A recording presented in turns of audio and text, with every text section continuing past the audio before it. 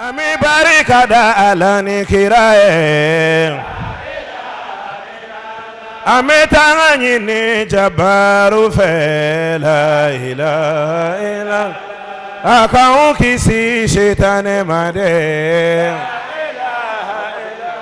Ami sali chaya mamadu kala ilaha illa Bamina tade mamadu kala Abdoulaye de Mamadou la ilaha illa. Chers frères, chères sœurs, chers talibés, on rend grâce à Allah subhanahu wa ta'ala, Allah qui nous a permis de se retrouver ici cet après-midi, ce soir, dans cette zawiya, la zawiya mère de la Tidjaniya en Côte d'Ivoire, ici à Abobo PK 18. Aujourd'hui, nous allons parler du croyant. Le vrai croyant, c'est qui? Chers frères, chères sœurs, nous sommes tous des musulmans, ici dans cette zawiya. Nous sommes des musulmans et quand on est musulman, ça veut dire que nous sommes des pratiquants. L'islam, c'est ça, c'est la pratique de l'islam. Tu attestes la divinité d'Allah et tu attestes la prophétie du messager d'Allah. Tu pries, tu fais ta zakat, tu jeûnes, tu fais ton pèlerinage à la Mecque. Quand tu respectes ça, tu es un musulman. Mais est-ce que cela suffit? Est-ce que ça suffit, compris seulement? Oui, pour certaines personnes, ça suffit. Parce que quand on prend l'exemple des gens de cette vie d'ici-bas, quand on est enfant, on nous met à l'école. Nos parents, ils vont nous inscrire. Souvent, c'est le jardin, ou bien c'est le primaire. Si tu étudies bien, tu vas au secondaire. Et puis après, tu vas au supérieur. Mais est-ce que c'est tous les élèves qui vont au secondaire? Non. Il y a beaucoup d'élèves qui restent au CM1, CM2. Il y en a même qui restent au CE1, CE2. Mais ils deviennent des gens importants dans la société. Ils travaillent, ils se suffisent, ils se marient. Mais est-ce qu'un élève de CE2 peut occuper certains postes de responsabilité dans le pays, les hautes fonctions que nous connaissons? Non, ce n'est pas possible. Parce qu'il y a des postes, il y a des fonctions pour occuper ça. Il faut avoir certains diplômes. Si tu n'as pas ça, ces postes-là, tu ne peux pas les occuper. Mais cela ne veut pas dire que tu n'es pas important. Tu es important dans la société, mais il y a des lieux où tu ne peux pas arriver. Je ne veux pas rentrer dans ces détails. Je pense que vous êtes intelligent. Vous m'avez compris. Quand on a le niveau CM2, il y a des postes de responsabilité qu'on n'occupe jamais dans le pays. Sauf peut-être il y a des exceptions dans tout. Mais je ne parle pas de ça. Je parle de la généralité.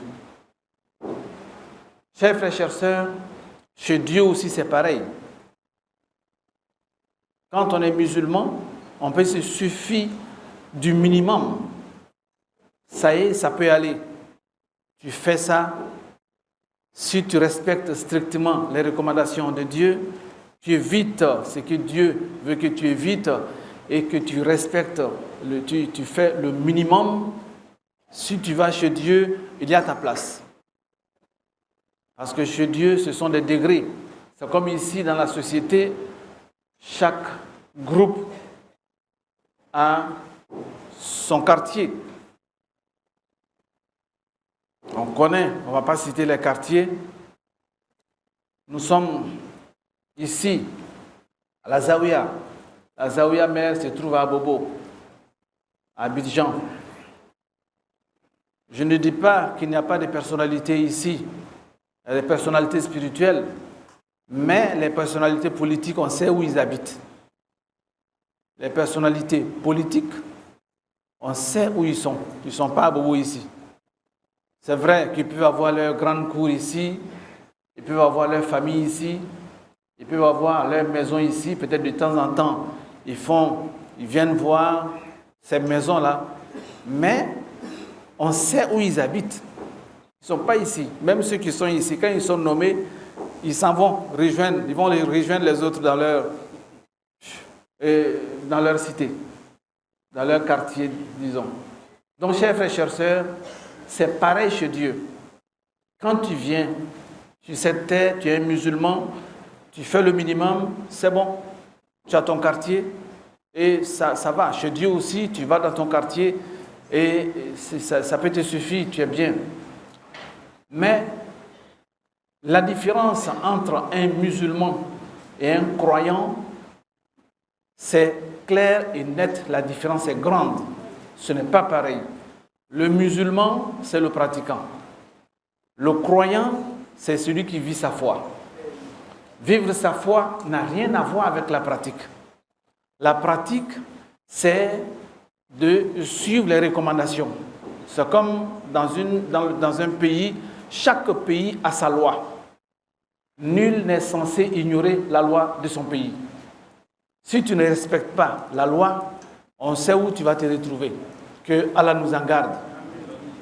On dit, la loi c'est ça. Si tu ne respectes pas la loi, mais c'est grave pour toi que tu sois un élève ou un lycéen, un étudiant, ou bien que tu sois ignorant, que tu sois quelqu'un qui ne connaît rien, tu ne sais même pas lire, mais la loi s'applique à tout le monde. Que tu connaisses ou pas, c'est ton problème. La loi, c'est la loi.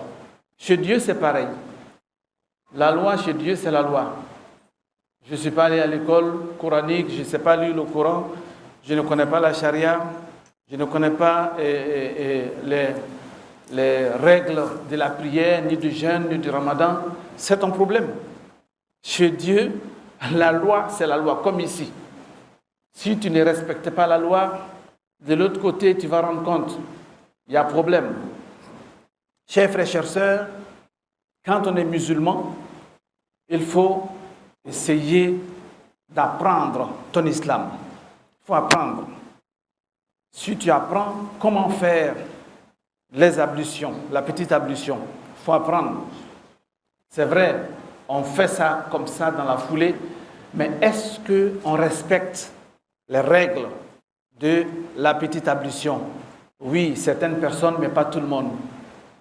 Parce que le jour qu'on va te donner la leçon, puisqu'on va faire la leçon à partir de, peut-être que dans quelques semaines, on va commencer les leçons élémentaires de l'islam. Parce qu'on pense qu'on connaît, mais généralement, on ne connaît pas. Les règles de la grande ablution, ça commence par là. Et ensuite, la prière. Il faut connaître les règles de la prière. Dans la prière, il y a des obligations. Dans la prière, il y a des sunnas qu'on appelle les sunnas mu'akkada. Ce sont des sunnas qui sont semi-obligatoires. Il y a la prière, il y a des sunnas qui ne sont pas semi-obligatoires. Ce sont des sunnas légers. Sunnas légères, ça existe. Dans la prière, il y a des actes méritoires. Quand tu fais, tu as le mérite. Quand tu ne fais pas aussi, il n'y a pas de souci. Mais est-ce que tu fais la différence entre tout ça? Et dans la prière, il y a des actes qui annulent la prière. Donc, chers frères et chères sœurs, quand on prend le chapelet, c'est vrai, on veut être croyant, mais il faut connaître la base. Si tu ne respectes pas la base, ce que tu es en train de faire devant, ça n'a pas de valeur. Mais si tu connais la base, tu prends de la valeur et tes actes prennent de la valeur, ça t'avance correctement.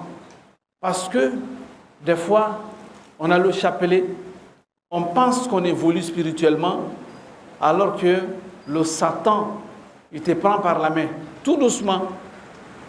Le Satan, il t'accompagne tout doucement, c'est très subtil, mais c'est une réalité. Il y a des gens qui pensent qu'ils sont croyants, mais en réalité, ils ne sont pas croyants parce qu'ils ont raté la base. Si tu rates la base, en fin de compte, tu n'as pas de valeur à l'arrivée. Les gens qui ont respecté la voie, ceux-là, ils ont de la valeur. Les actes qu'ils posent, ils posent des actes de valeur et ils te dépassent. Donc, chers frères, chères sœurs, il faut respecter la base, il faut apprendre. Ça, c'est un. Et de deux, quand on prend le chapelet, il faut savoir que le chapelet, c'est pour être croyant. Être croyant. Et le croyant, c'est qui? C'est celui-là qui veut avoir la foi. Et quand on a la foi s'entretient. La foi, ça vient petit à petit. Ce sont des lumières. C'est une lumière, disons, que Dieu installe dans le cœur de tout un chacun. C'est ça la foi. Et quand cette lumière, c'est comme une goutte de lumière qui tombe dans ton cœur. Et la lumière s'agrandit tout doucement. Parce que dans le cœur, il y a la place des ténèbres. Les ténèbres sont dans le cœur. Mais quand la lumière tombe dans le cœur, ça pousse les ténèbres petit à petit. Parce que c'est comme deux trous, spirituellement parlant, c'est comme deux trous. Il y a le trou des ténèbres et puis le trou de la lumière. Mais quand les ténèbres sont beaucoup dans le cœur, ça ferme le trou de la lumière. Donc si tu ne fais pas attention, aucune lumière ne reste dans ton cœur et tu deviens quelqu'un de négatif. Et c'est à ce moment-là qu'on parle de l'âme instigatrice du mal. Parce que ton compagnon, c'est le shaitan. Chers frères, chères sœurs, quand tu as un compagnon comme shaitan, c'est très très dangereux. Alors que quand tu as la lumière dans le cœur, la lumière, ça s'entretient. C'est ça la foi. Et ça s'agrandit petit à petit. À chaque fois que la lumière prend de l'ampleur, les ténèbres aussi disparaissent. Ça s'en va. Parce que les ténèbres n'ont plus leur place dans le cœur, ainsi de suite, jusqu'à ce que le cœur soit rempli de lumière et les ténèbres disparaissent. Et quand tu arrives à ce stade-là, les ténèbres peuvent disparaître à jamais. Mais ce sont des exercices que nous faisons. Ce n'est pas facile et ce n'est pas en une journée où ça se passe. Et c'est avec le temps, avec la pratique spirituelle. Il faut être assidu et il faut être constant. Et c'est dans la constance qu'on entretient et c'est dans la constance que ça se stabilise. Chers frères, chères sœurs, pour garder cette foi, d'abord pour entretenir cette foi et pour la garder, comment on fait? Jusqu'à ce qu'on devienne un croyant. Parce que quand tu as la croyance, un croyant, ça se voit sur toi. Un croyant, ça se lit sur ton visage. Un croyant, à chaque fois que tu vois le vrai croyant, il te rappelle Dieu. Ça, c'est le premier signe de la croyance. À chaque fois que tu le rencontres, tu penses automatiquement à Dieu. À chaque fois que tu le rencontres, tu penses automatiquement au prophète Mohammed sallallahu alayhi wa sallam. À chaque fois que tu le vois, tu penses à l'islam. Là, c'est le signe de la croyance. Quand tu rencontres le croyant, il te rappelle Dieu. Sans prêcher, il ne prêche pas, il ne parle pas, mais dès que tu le rencontres, même si tu penses à autre chose, dès que tu le vois, ton esprit t'amène vers Dieu. Ça, c'est le premier signe des hommes de foi. Mais là, c'est le signe. Mais qu'est-ce que Dieu a dit par rapport à ceux-là?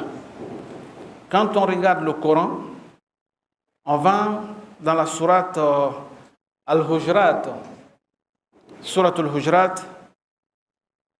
et il y a une histoire. On va abréger l'histoire. Il y a des Bédouins, des Arabes qui sont quittés, disons, au village à l'époque. Ils sont venus à Médine pour voir le prophète Mohammed sallallahu alayhi wa sallam. C'était un groupe de Bédouins. Ils sont venus dire au prophète que nous, on veut devenir musulmans. Le prophète dit d'accord, ils se sont convertis. Ils étaient tellement contents, ils étaient tellement enthousiastes d'être musulmans parce qu'ils aspiraient à ça. Mais ils n'avaient pas la possibilité. Jusqu'à ce qu'ils viennent chez le prophète Mohammed sallallahu alayhi wa sallam.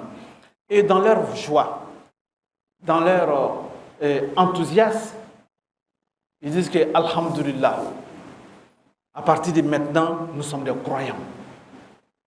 C'est ce qu'on attendait, c'est ce qu'on voulait. On voulait être croyants. Et aujourd'hui, Dieu l'a voulu. Nous sommes venus chez le prophète, il nous a convertis, nous sommes devenus des croyants. Le prophète Mohammed sallallahu alayhi wa sallam était là. Dieu, dans sa grandeur illimitée, dans sa grande miséricorde, dans sa justice, a dépêché l'ange Gabriel depuis le 7e ciel pour venir chez le prophète Mohammed sallallahu alayhi wa sallam, lui dire, les gens qui viennent de se convertir, ils ont dit quelque chose qui est contraire à ce que moi, Dieu, j'ai établi. L'ange dit au prophète, va dire à ton groupe, le groupe ceux qui sont dehors, le groupe des Bédouins qui sont venus se convertir maintenant, ils sont dehors. Ils sont en train de crier qu'ils sont croyants. Mais chez moi, Dieu, ils ne sont pas croyants. Non, ils ne sont pas croyants. Et l'ange Gabriel dit au prophète, Dieu m'a même donné un verset pour te dire, et ce verset-là, c'est un verset coranique. Qu'est-ce que Dieu va dire? Bada bismillahir rahmanir rahim. Qalatil arabu amanna qul lam tu'minu walakin qulu aslamna walamma yadkhulul imanu fi qulubikum wa in tuti'u allaha wa rasulahu la yalidkum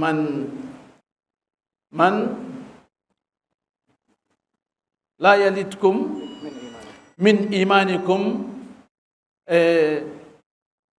la yalidkum min a'malikum shay'an inna allaha ghafurun rahim. Sadaqallahu al-azim. Et Dieu dit, les Bédouins ont dit, nous avons la foi. Dit, vous n'avez pas encore la foi. Dites plutôt, nous sommes simplement soumis. Nous sommes simplement des musulmans. Car la foi n'a pas encore pénétré dans vos cœurs. Et si vous obéissez à Allah et à son messager, il ne vous fera rien perdre de vos œuvres. Allah est pardonneur et miséricordieux. Là, c'est un verset coranique. Les Bédouins disent, nous avons la foi. Dis-leur que vous n'avez pas encore la foi, parce que la foi n'a pas encore pénétré vos cœurs. Dites plutôt que nous sommes musulmans. C'est un verset coranique. Parce que l'islam, c'est la soumission totale à Dieu. Dites plutôt que nous sommes soumis. La foi n'a pas encore pénétré vos cœurs. Mais pour que la foi pénètre ton cœur, il faut obéir à Dieu. Il faut obéir au prophète Mohammed sallallahu alayhi wa sallam. Et c'est à partir de là que la foi va se créer. Ce que Dieu a dit, ce que le prophète a dit, c'est ce que tu dois suivre. Tu dois aimer Dieu, tu dois aimer le prophète sallallahu alayhi wa sallam. Ça, c'est le premier verset pour dire que tout le monde n'est pas croyant. Tous les musulmans n'ont pas la foi, mais nous sommes tous musulmans. mais nous ne sommes pas tous des croyants. La différence entre les croyants et les musulmans, la différence est trop grande. Chers frères et chères sœurs, il y a un deuxième verset. Là, ce que je viens de dire, c'est Surat al-Hujurat au verset 14. Mais il y a le verset 15 aussi de la même sourate qui dit Innamal mu'minuna alladhina amanu billahi wa rasulihi thumma lam yartabu wa jahadu bi amwalihim wa anfusihim fi sabilillahi ulaika humus sadiqun. Les vrais croyants sont seulement ceux qui croient en Allah et à son messager, qui par la suite ne doutent point et qui luttent avec leurs biens et leur personne dans le chemin d'Allah. Ceux-là sont les véridiques. C'est un verset coranique. Les vrais croyants. C'est Dieu lui-même qui parle. Les vrais croyants sont seulement ceux qui croient en Allah et à son messager, qui par la suite ne doutent point et qui luttent dans le sentier de Dieu avec leurs biens et leurs personnes. C'est ceux-là qui sont les véridiques dans leur foi.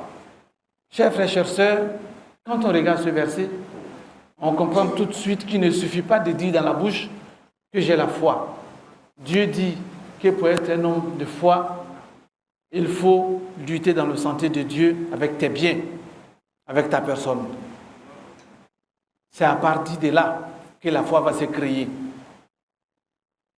Parce que quand on regarde ce verset, quelqu'un qui lutte avec ses biens et sa personne, c'est quelqu'un qui fait pour Dieu. Quand tu fais pour Dieu, ça veut dire que tu fais pour le prophète Mohammed sallallahu alayhi wa sallam. Mais aujourd'hui, comment tu vas faire pour le prophète? Comment? Si tu veux faire pour le prophète Mohammed sallallahu alayhi wa sallam, tu fais dans le sentier de Dieu. Parce que le prophète, il est parti. Tu as jamais vu ça? Tu as déjà vu Dieu? Non, tu n'as pas vu Dieu. Tu ne connais même pas Dieu. Celui que tu connais, peut-être c'est un peu le prophète Mohammed sallallahu alayhi wa sallam, peut-être tu ne le connais même pas. Mais ce qui tu connais, c'est ton imam, c'est ton guide, c'est ton cheikh que tu connais. Mais en même temps, ton cheikh, ce n'est pas un Dieu. Ton cheikh là, ce n'est pas le prophète sallallahu alayhi wa sallam. S'il respecte ce que Dieu a dit, tu le suis. S'il respecte ce que le prophète Mohammed sallallahu alayhi wa sallam a dit, tu le suis. Parce que tous les cheikhs, tous les hommes de Dieu respectent ce que Dieu a dit, respectent ce que le prophète Mohammed sallallahu alayhi wa sallam a recommandé. Mais il y a des gens qui ne respectent pas ça. Ce sont des cheikhs, mais ils ne respectent pas ce que Dieu a dit. Ils ne respectent pas ce que le prophète a dit sallallahu alayhi wa sallam. Il faut avoir le courage de le dire.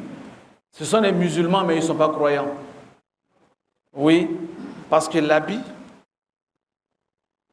c'est vrai, à un certain niveau de responsabilité spirituelle, il faut porter l'habit qu'il faut pour qu'on comprenne, pour qu'on respecte ce que tu fais. Parce qu'il faut respecter la fonction. Donc, quand on respecte la fonction, il faut porter l'habit qu'il faut. Quand tu vas à l'hôpital, tu rencontres deux médecins. On te dit que celui qui est à droite, c'est un grand médecin. Mais celui qui est à gauche, lui aussi c'est un médecin. Mais celui qu'on a montré comme le grand médecin, il est en polo et en pantalon jean un peu déchiré. On te dit que celui-là c'est un grand médecin. Mais celui qui est à droite, il est en blouse blanche, avec tout ce qu'il faut pour représenter un médecin. Tu as ton malade, tu vas donner ton malade à qui? Ou bien tu vas donner ton malade au grand médecin qui a un jean déchiré? Même si on te dit que c'est un grand médecin, à cause de sa façon d'être, tu vas douter de lui. Tu vas dire que ce genre de médecin-là, peut-être que c'est un bon médecin, mais en bas de ça, il est bandit aussi. Donc ça veut dire quoi? Ça veut dire, quand tu arrives à un certain niveau, il faut porter l'habit qu'il faut pour respecter la fonction, pour qu'on respecte la fonction. Mais en même temps, il y a des gens qui portent des blouses qui ne sont pas des bons médecins aussi. Ça aussi, ça arrive. On peut se tromper, on peut te tromper. Donc, il faut être intelligent. Il faut tout faire pour distinguer le bien du mal, parce que Dieu nous a dotés d'une intelligence pour qu'on fasse la différence. Et si tu veux faire la différence, tu le sauras. Et tu pourras faire la différence. Chers frères, chères sœurs, qu'est-ce que je veux dire par là? La croyance, c'est très subtil. La croyance, c'est très fort. Quand on parle de la croyance, ce sont des efforts qu'on doit faire pour atteindre un certain niveau de croyance. On peut s'habiller comme les croyants sans être croyant. On peut parler comme des croyants sans être croyant. On peut marcher comme des croyants sans être croyant. Comment on peut faire ça? Il suffit d'aller au marché acheter des turbans. C'est-à-dire que le jour que tu attaches le turban à une certaine grosseur, on se dit que quand quelqu'un attache le turban à ce niveau-là, c'est un signe. C'est le signe de la croyance aussi. Mais est-ce que c'est vraiment ça? On porte des boubous. Mais si tu grossis le boubou à une certaine manière, on brode nos boubous, c'est bien brodé et tout. Mais si tu brodes du haut en bas, on a le chapelet, c'est 100 grains. Mais si tu prends le chapelet de 1000 grains, tu attaches dans ton cou. Si on te voit, on a peur de toi. Parce qu'on s'est dit que si quelqu'un qui est capable de mettre le chapelet de 1000 grains sur lui, c'est quelqu'un qui est croyant. Si tu mets le turban et puis tu mets le langana à un certain niveau, on a peur de toi, on dit que c'est un croyant. C'est vrai, c'est comme ça, un croyant doit s'habiller pour respecter la fonction de la croyance. Mais il y a des gens aussi qui font ça pour tromper les gens, alors qu'ils ne sont pas croyants. Chers frères, chères sœurs, les vrais croyants, c'est Dieu qui va les définir dans le Coran, ce n'est pas moi. Donc Dieu va dire encore dans un autre verset. Et là, c'est dans une sourate que Dieu lui-même a désigné les croyants dans cette sourate. C'est Dieu lui-même qui va faire ça. Il va désigner des gens, il va dire que c'est ceux-là, les vrais croyants. Donc, chers frères, chers sœurs, en 5 minutes, parce que dans 5 minutes, normalement, on doit arrêter, Dieu va dire, et cette sourate, Dieu même a dénommé la sourate comme sourate les croyants. C'est Dieu même qui a dit, et de cette sourate-là s'appelle sourate les croyants, sourate al-mu'minun. Qu'est-ce que Dieu va dire? Ba'da bismillahir rahmanir rahim. Qad aflaha al-mu'minun. Bienheureux sont certes les croyants. Ça veut dire quoi? Bienheureux sont certes les croyants, ça veut dire que les croyants sont sauvés. La traduction arabe aflaha, ça veut dire qu'ils sont sauvés ici-bas et dans l'au-delà. Donc quand tu es sauvé, tu es bienheureux. Donc ceux-là, qui sont-ils? Allazina hum fi salatihim khashi'un. 1. Ceux qui sont humbles dans leur prière et qui craignent Dieu dans leur prière. Parce qu'il y a des gens qui respectent l'heure de la prière, mais pas la crainte dans la prière. S'il est là, même il peut faire par là. Il est là, allons prier. Lui, il veut prier pour se dégager, pour se débarrasser. Parce qu'il est l'heure. C'est bon, c'est bien beau. Mais Dieu dit que celui-là, c'est un musulman. Mais celui qui a la crainte de Dieu dans sa prière, ça, c'est le signe numéro 1 du croyant. Donc, chers frères, chères sœurs, si tu pries et que ton cœur ne frémit pas, ton cœur ne bouge pas, tu ne sens rien dans la prière, tu ne vis rien dans ta prière, ça veut dire que tu es un musulman. Tu es un bon musulman. Tu es un bon pratiquant, mais tu n'es pas croyant. C'est Dieu qui dit, c'est pas moi. Parce que Dieu dit, ceux qui, parmi les gens qui prient, ceux qui prient et dans leur prière, ils sont humbles, eux, ils craignent Dieu dans la prière. Ça, c'est le signe numéro 1. Chacun se connaît. Si c'est comme ça, tu es. Mais tu sais, il n'y a pas de problème. C'est que toi, tu es le croyant. Si tu n'es pas comme ça, ça veut dire que tu es sur la route. Comme tu es dans la zawiya, ce n'est pas mauvais. Mais il faut que tu saches qui est croyant, qui n'est pas croyant, parce que c'est ça l'enseignement. Si tu connais, tu vas aspirer à ça. Le signe numéro 2. وَالَّذِينَ هُمْ عَنِ اللَّغْوِ مُعْرِضُونَ, qui se détournent des futilités. Les futilités, manamanako, qui se détournent des futilités. Avant, tu savais qui tu étais. Tu sais ce que tu faisais avant. Maintenant que tu es venu à la Zawiya, il y a beaucoup de futilités que tu as laissées derrière. Tu t'es dit que non, moi, je ne peux plus dire ça. Je ne peux plus aller là-bas. Je ne peux plus faire ça. Je ne peux plus me conduire comme ça. Je ne peux plus m'habiller comme ça. Parce que toi, tu es à la Zawiya, tu as le chapelet. Si le cheikh te voit ville avec des jeans, pantalons jeans déchirés partout, avec des chaînes, avec des goumettes, des bagues dans les doigts partout. Ah, un grand. On était à la Zawiya la dernière fois, ensemble. Déjà, c'est comme ça, tu es dehors. Donc, les croyants, le signe numéro 2, qui se détournent des futilités. 3. وَالَّذِينَ هُمْ لِلزَّكَاةِ فَاعِلُونَ, qui s'acquittent de la zakat, qui se préoccupent de la zakat. Tu es dans la Zawiya, on sait que tu as un peu, même si ce n'est pas beaucoup, mais tu as un peu quand même. Tu as passé 1 an, 2 ans, 3 ans, 4 ans dans la Zawiya, on n'a jamais entendu parler de la zakat venant de toi. Jamais. Tu fais comme si tu ne connais pas ce que se fait dire la zakat. Donc, tu es un musulman, mais tu n'es pas croyant.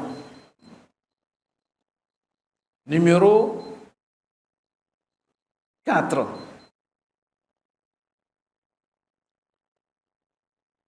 وَالَّذِينَ هُمْ لِفُرُوجِهِمْ حَافِظُونَ, ceux qui préservent leur sexe de tout rapport, si ce n'est qu'avec leurs épouses ou leurs époux. Moi, je suis un muso nyini. Faut être muso. Ou bien, tu es nyini. Faut être. Si tu fais ça, tu n'es pas croyant, mais tu es un musulman. Ça, c'est le signe numéro 4. Le signe numéro 5. وَالَّذِينَ هُمْ لِأَمَانَاتِهِمْ وَعَهَدِهِمْ رَاؤُونَ, et qui veillent à la sauvegarde des dépôts confiés à eux et honorent leurs engagements. Ne fais qu'à la falaïma. Kalfanita tient jamais. Ni ka kuma mi foyi da la ka fo ne bena nin kɛ o kuma kelen ni ɲuman i b'a kɛ fɛn o fɛn n'a kalifala i ma ele t'i ya kalifa tiɲɛ kalifa fɔlɔfɔlɔ ye mun ye nafolo c'est qu'on te confie comme dépôt nafolo min bɛ d'i ma o y'a fɔlɔfɔlɔ ye a filanan mɔgɔ min bɛna a ya kuma fɔ i ye gundo quand on te confie une parole,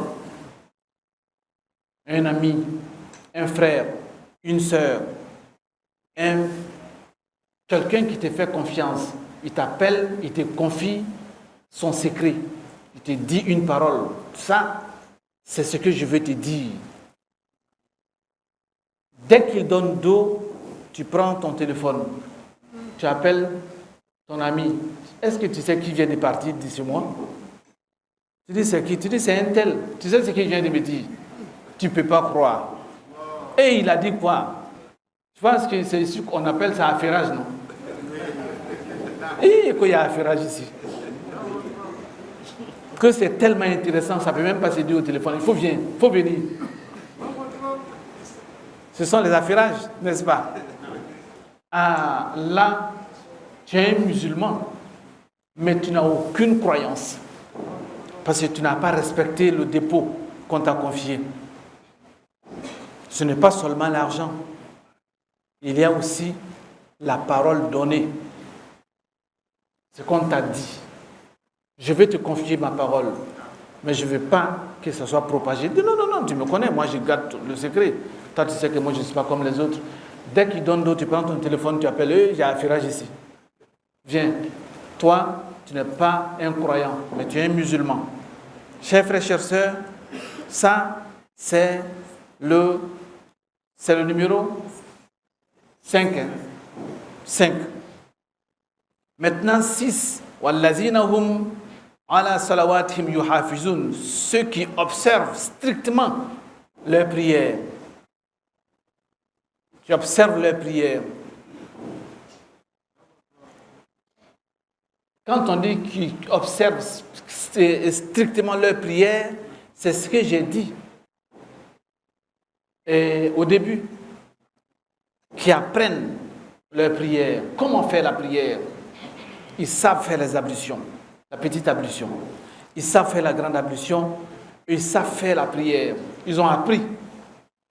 Parce que pour faire bien sa prière, il faut connaître comment faire. Il faut qu'on t'enseigne. Ou bien, tu peux faire une formation d'une journée pour apprendre la prière. Ça te fait quoi? Ça ne fait rien.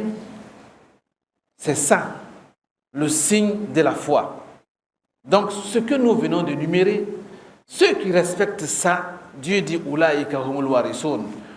Ce sont eux les héritiers. Les héritiers de quoi? Qui hériteront les paradis, al-Firdaus, puis demeurer éternellement.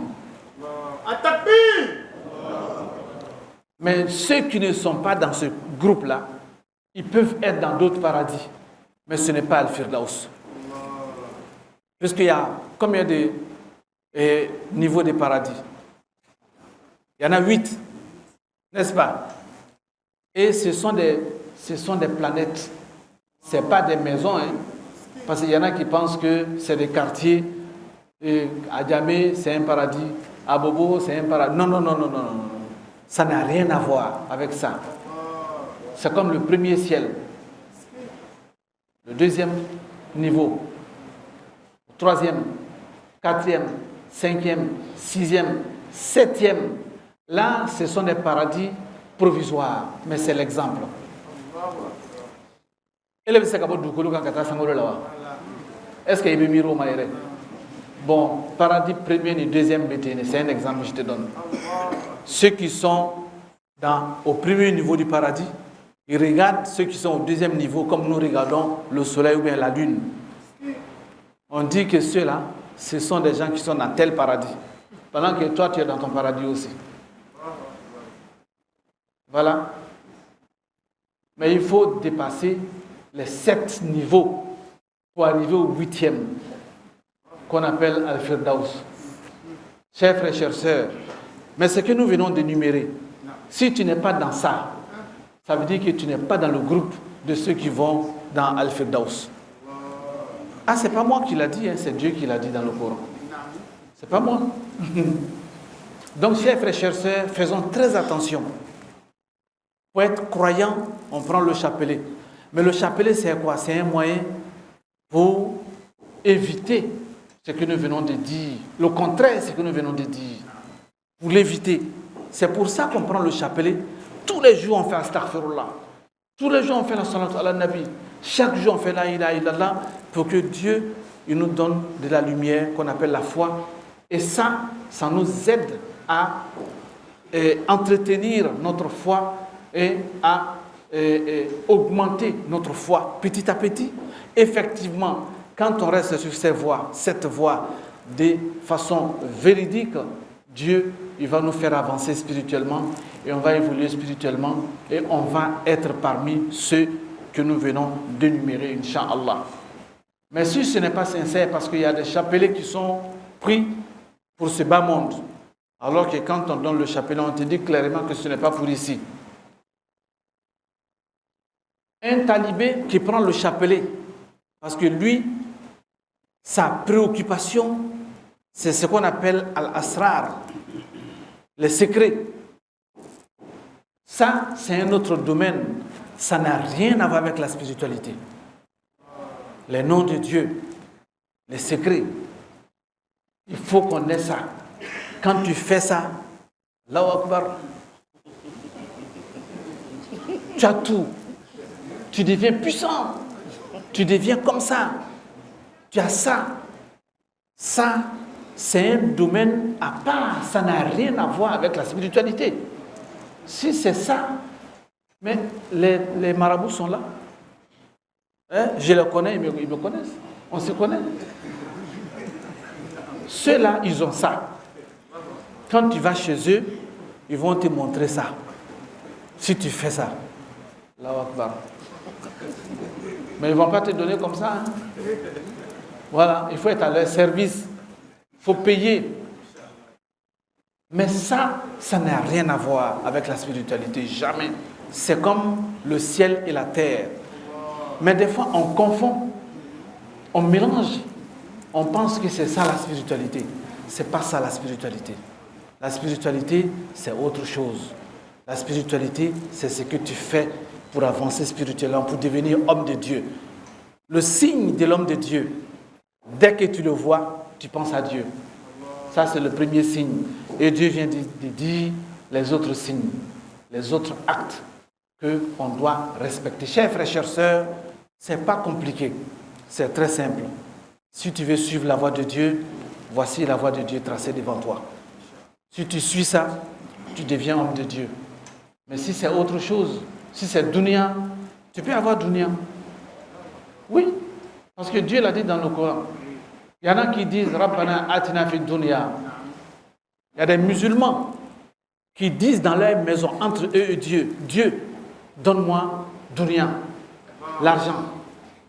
C'est fini. Dieu dit ceux-là, je vais leur donner un peu dans dunya, mais le jour de Al-Qiyamah, ils seront parmi les derniers. C'est les musulmans, hein, mais ils seront parmi les derniers. Même ici-bas, il y a des gens qui n'ont pas de maison, hein, n'est-ce pas? Il y en a qui dorment dans la rue, mais ce n'est pas des fous, mais c'est parce qu'ils n'ont pas de maison. Chez Dieu aussi, il y en a. Il y a des clochards chez Dieu. Oui, des clochards dans Al-Qiyamah. Alors que les clochards d'Al-Qiyamah, c'est très grave. Les anges, quand les autres vont partir dans leur lieu, ceux qui sont dans l'enfer, alhamdoulilah, que Dieu nous en garde, que Dieu nous préserve l'enfer, contre l'enfer. Ceux qui vont partir là-bas seront là-bas. Ceux-là, ils ont fait leur temps ici. Ils ont dit, on n'est pas dans l'affaire de Dieu. Nous, on veut aller là-bas, on s'en fout. Ceux-là, on les connaît.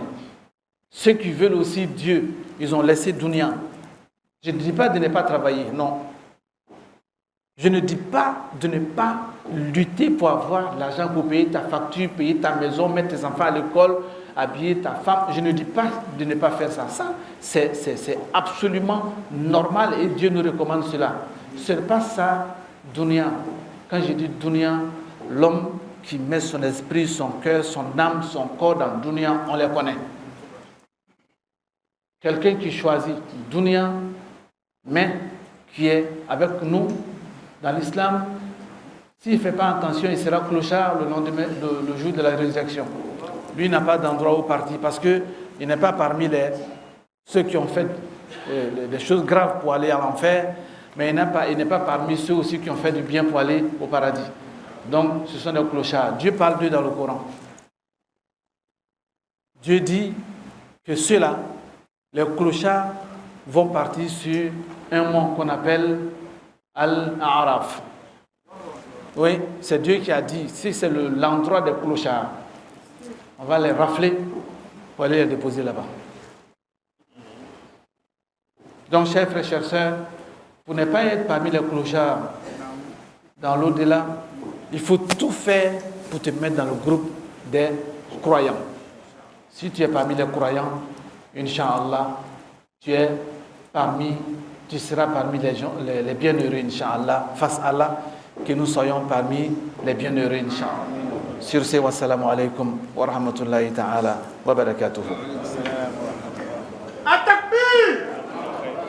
Prêche, enseignement, spiritualité, louange. CNCM Média, le premier portail ivoirien d'infos islamiques.